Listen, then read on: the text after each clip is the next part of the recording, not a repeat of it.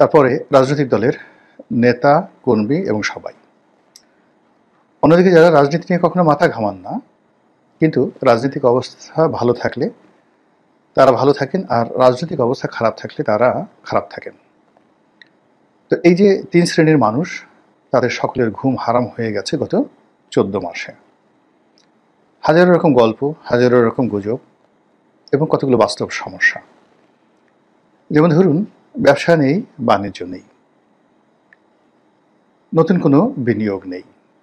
এই অবস্থাতে বিদ্যুতের চাহিদা অনুযায়ী গার্মেন্টস মালিকগুলো, শিল্প কলকারখানাগুলো পাচ্ছে না। গ্যাসের সরবরাহ নেই, ইন্ডাস্ট্রিয়াল গ্যাস থেকে শুরু করে অন্য যে সকল গ্যাস রয়েছে কোনো গ্যাসের সরবরাহ নেই। তারপর এরই মধ্যে চট্টগ্রাম বন্দর বিদেশিদের হাতে দিয়ে দেওয়া হবে, এই গেল একটা দফা। আর দ্বিতীয় দফা হলো এই বন্দরের যে মাসুল, চার্জ, এটা বহু গুণ বাড়িয়ে দেওয়া হয়েছে। ফলে যারা আমদানিকারক এবং যারা রপ্তানিকারক, এই দুর্বল অর্থনীতির মধ্যে আমদানি এবং রপ্তানির ব্যয় মারাত্মকভাবে বাধাগ্রস্ত হবে। তো এই সকল সমস্যার কারণে যারা বিদেশি বায়ার, তারা কিন্তু কেউ বাংলাদেশের রাজনীতি নিয়ে মাথা ঘামায় না, কিন্তু তারা জানতে চাচ্ছে যে তোমাদের দেশের অবস্থা কি, ভবিষ্যতে কারা ক্ষমতায় আসবে এবং তারা দেশ কীভাবে চলবে। এবং সেই জন্য সব সেক্টরে, যেখানে আমাদের এক্সপোর্ট রয়েছে, যেখানে আমাদের ইম্পোর্ট রয়েছে এবং যেখানে আমাদের ব্যাংকিং ব্যবস্থা রয়েছে, সেখানে বিদেশিরা অনেক কিছু জানতে চাচ্ছে। এই গেল এক। যারা রাজনীতির সাথে সম্পৃক্ত নয় তারাও কিন্তু জড়িত হয়ে পড়েছে। আর যারা আমজনতা, খেটে খাওয়া মানুষ, তাদের জীবন, যেমন ধরুন অনেক ইউনিয়ন পরিষদের চেয়ারম্যান নেই, ফলে গ্রাম্য হাটবাজারের ট্রেড লাইসেন্স, তারপরে জন্ম নিবন্ধন থেকে শুরু করে আরও অনেক কিছুতে প্রতিদিন মানুষ যে ভোগান্তির শিকার হচ্ছে, যেটি বলার মতো নয়। তারপরে ধরুন পৌরসভাগুলোতে প্রশাসক কোথাও আছে, কোথাও নেই। কোথাও যারা আছেন সরকারি কর্মকর্তারা, তারা তাদের দৈনন্দিন কর্মকাণ্ড করেই সারতে পারছেন না, আর সরকারি কর্মকর্তাদের মধ্যে একটা ফ্রাস্ট্রেশন যাচ্ছে।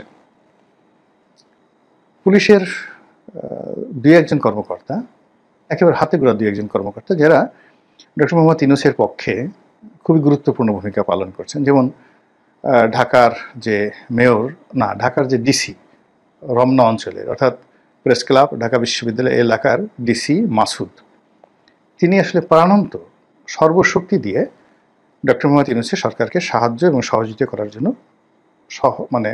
তিনি যা করা তাই করছেন। ফলে প্রায় তিনি পত্রপত্রিকায় শিরোনাম হচ্ছেন এবং এতে করে সরকারের কিন্তু লাভ হচ্ছে। তো অন্যদিক থেকে সারা বাংলাদেশের যে মেট্রোপলিটন শহরগুলো রয়েছে, সেখানকার কমিশনারবৃন্দ, থানাগুলো রয়েছে, সেখানকার ওসি কিংবা পুলিশ হেডকোয়ার্টার, তারা কেউ কিন্তু এই ডিসি মাসুদের মতো হতে পারছেন না। ফলে কি হলো, স্বয়ং থানার যে ওসি, তার চাকরির চিন্তা, বদলির চিন্তা, স্থানীয় বিভিন্ন গ্রুপ, রাজনৈতিক যে গ্রুপ, তাদের অন্তর্জন্ত কলহ বিবাদ, এইগুলোর ভয়ে প্রায় বেশিরভাগ থানায় কিন্তু সন্ত্রস্ত এবং তটস্থ থাকে। এবং ঢাকা শহর থেকে শুরু করে গ্রামাঞ্চলে গিয়ে দেখেন থানাগুলোতে আসলে কি হচ্ছে।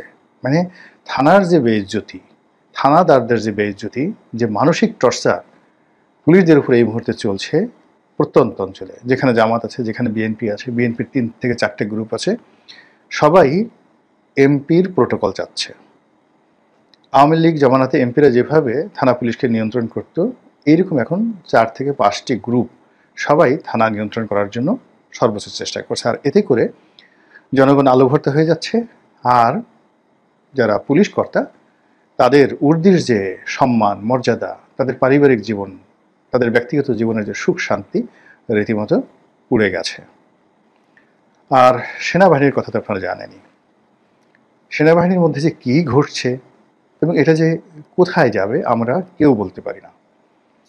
মূল যে কারণ, সেনাবাহিনী যেদিন থেকে গঠিত হয়েছে, যেদিন থেকে যুদ্ধ চালু হয়েছে, সেনাবাহিনী কেন, যখনই মানুষ অস্ত্র তুলে নিয়েছে, আর সেই অস্ত্র চালানোর জন্য তার প্রশিক্ষণ থাকে এবং অবারিত স্বাধীনতা থাকে, তখন কোনো কিছু কেউ নিয়ন্ত্রণ করতে পারে না।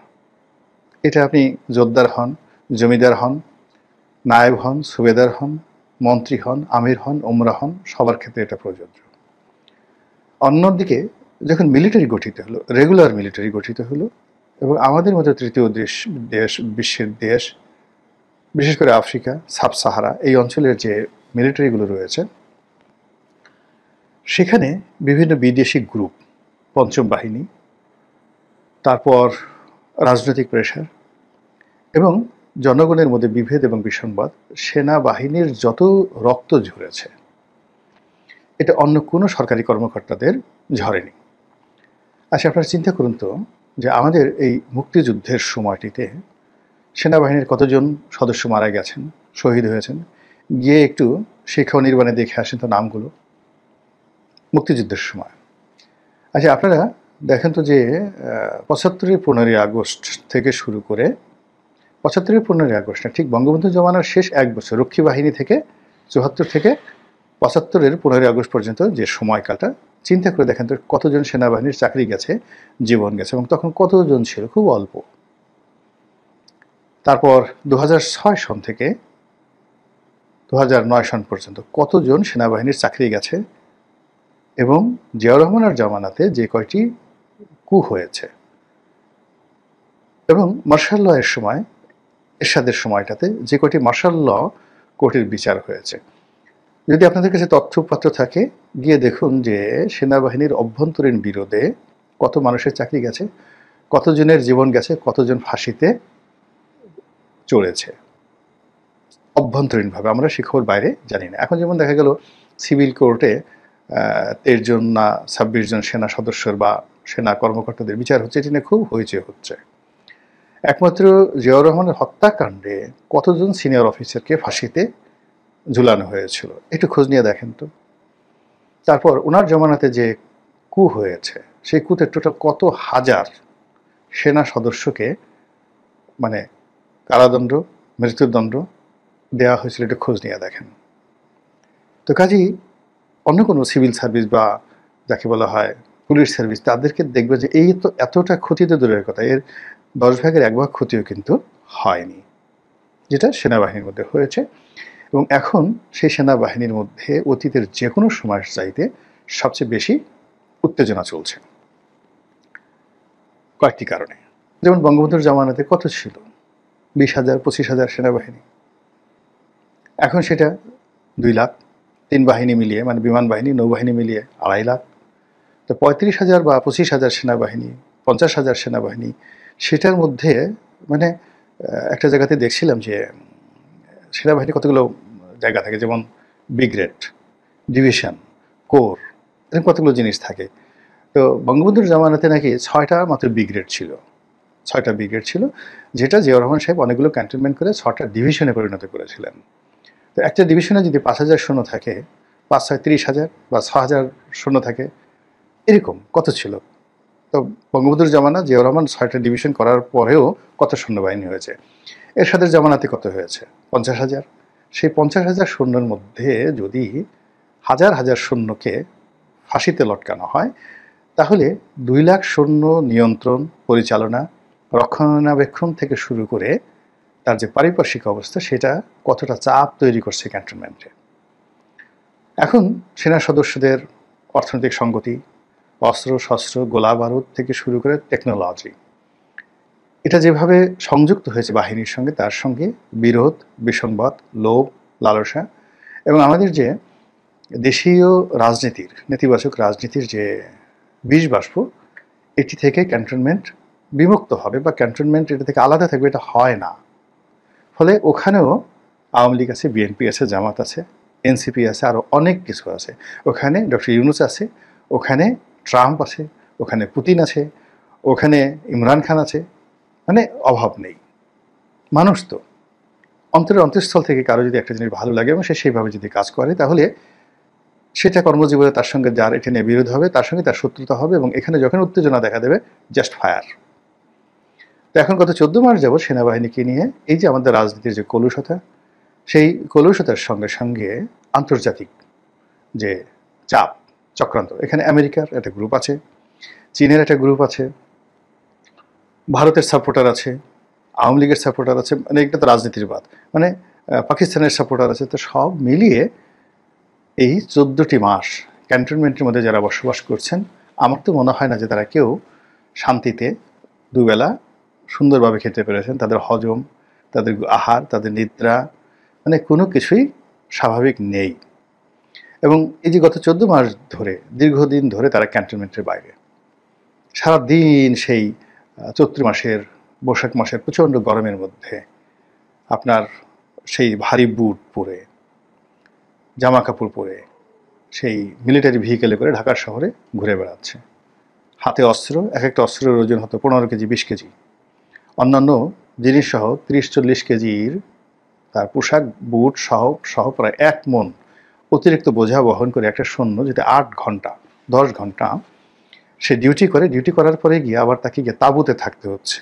যেখানে মানে ক্যান্টনমেন্টের মধ্যে তারা যেভাবে থাকে, যখন অন ডিউটিতে থাকে তখন তারা যেভাবে আছে এখন, যেমন শিল্পকলা একাডেমিতে তারা একটা ক্যাম্প করেছে, সেখানে গিয়ে তারা কীভাবে আছে গিয়ে দেখুন। এতে করে তাদের যে শারীরিক মানসিক যে ক্লান্তি, এরপর তারা হয়তো 15 দিন এভাবে ডিউটি করে, আরেকটা গ্রুপ আসে, এভাবে 14 মাস ধরে তাদের মধ্যে যে অস্থিরতা চলছে, সেই অস্থিরতার কারণে তারা, আমি মনে করি যে এখন অতীতের যে কোনো সময়ের চাইতে যাকে বলা হয় খুবই স্পর্শকাতর অবস্থায় আছে। এর মধ্যে দেশের বাইরে থেকে, দেশের ভিতর থেকে নানা রকম উস্কানি, এই কু হচ্ছে, এই কু করেছে, এই এলো, ওই ধরো, ও খারাপ, ও ভারতের এজেন্ট, ওকে মারো, ওকে ধরো, এগুলো রীতিমতো অস্থির করে ফেলছে, সন্তুষ্ট করে ফেলছে, ঘুম হারাম করে ফেলছে। আর এই ঘুম হারামের মধ্যেই আমাদের সামনে নভেম্বর মাস আসছে। আপনারা সিপাহী জনতার বিপ্লব নভেম্বর মাস 1975 সেই ঘটনা জানেন, কিন্তু যারা সিনিয়র সেনা কর্মকর্তা এবং ক্যান্টনমেন্টের বাসিন্দা, তারা 15ই আগস্ট থেকে নভেম্বর মাসের পুরোটা সময়, 7ই নভেম্বর নয়, জিয়া রহমানের ক্ষমতা গ্রহণ করার পরে পুরোটা নভেম্বর মাস জুড়ে সেখানে যে ভীতিকর অবস্থা ছিল, কলহ ছিল, বিবাদ ছিল, যে সুনামি ছিল, সব মিলিয়ে আমাদের যারা মিলিটারি প্রশাসন তাদের জীবন তামা করে দিয়েছিল। দুর্বিষহ স্মৃতি। এবং এই নভেম্বর মাসটি সেনাবাহিনীকে কখনোই স্বস্তি দেয়নি। আমাদের সেনাবাহিনী 1971 সনের নভেম্বর মাস, যদি ধরেন 72-এর নভেম্বর মাস, প্রত্যেকটি বছরের নভেম্বর মাস তাদের জন্য স্বাভাবিক থাকে না। যেমন ডিসেম্বর মাসে 16 ডিসেম্বর তারা একটা অনুষ্ঠান করবে, কুচকাওয়াজ করবে, এই জন্য দেখা গেল নভেম্বর মাস থেকে তাদের দারুণ প্র্যাকটিস করতে হয়, শীতকালীন মহড়া। মানে এই নভেম্বর থেকে নেতিবাচক বললেন, ইতিবাচক বললেন, আমাদের সেনাবাহিনীর প্রচুর কাজ থাকে, প্রচুর কাজ থাকে, এবং সেই কাজের মধ্যে ত্রুটি হয়, বিচ্যুতি হয়, এবং নানা রকম দুর্ঘটনা ঘটতে থাকে। এবং আমাদের জাতীয় জীবনেও, অর্থনীতিতেও এই নভেম্বর মাস টানাপোড়েনের মাস, ভাঙা গড়ার মাস। তো এখন ইতিহাসের সেই ধারাবাহিকতায় আমরা এই মুহূর্তে দেশি বিদেশি মীর জাফরদের কবলে পড়েছি। এই মুহূর্তে আমাদের অর্থনৈতিক সংকট সবচেয়ে চরমে, আমাদের এক্সপেকটেশন আকাশচুম্বী, আশা, স্বপ্ন আকাশচুম্বী, আর বাস্তবতা হলো একদম তলানিতে। ঠিক সেই সময়টাতে আবার অক্টোবর পেরিয়ে নভেম্বর মাস আসছে। আমেরিকান দূতাবাস কি করছে, যমুনা কি করছে, তারেক রহমান সাহেব কি করছে, তার সঙ্গে সঙ্গে দেশের বাইরে যারা ইউটিউবার রয়েছেন তারা কি করছেন, সব কিছু মিলিয়ে এভরি আওয়ার, প্রতিটি ঘন্টা আমাদের জন্য নিত্য নতুন আতঙ্ক তৈরি করছে। কাজে যারা সংশ্লিষ্ট ব্যক্তি আছেন, আমার পক্ষ থেকে দোয়া থাকলো, শুভাশিস থাকলো, ভালোবাসা থাকলো, সবাই ভালো থাকুন এবং সতর্ক থাকুন। আর আল্লাহ আমাকে সতর্ক থাকার, নিরাপদ থাকার তৌফিক দান করুন। আমি প্রার্থনা করছি, আপনারা দোয়া করবেন। আসসালামু আলাইকুম ওয়া রাহমাতুল্লাহি ওয়া বারাকাতুহু।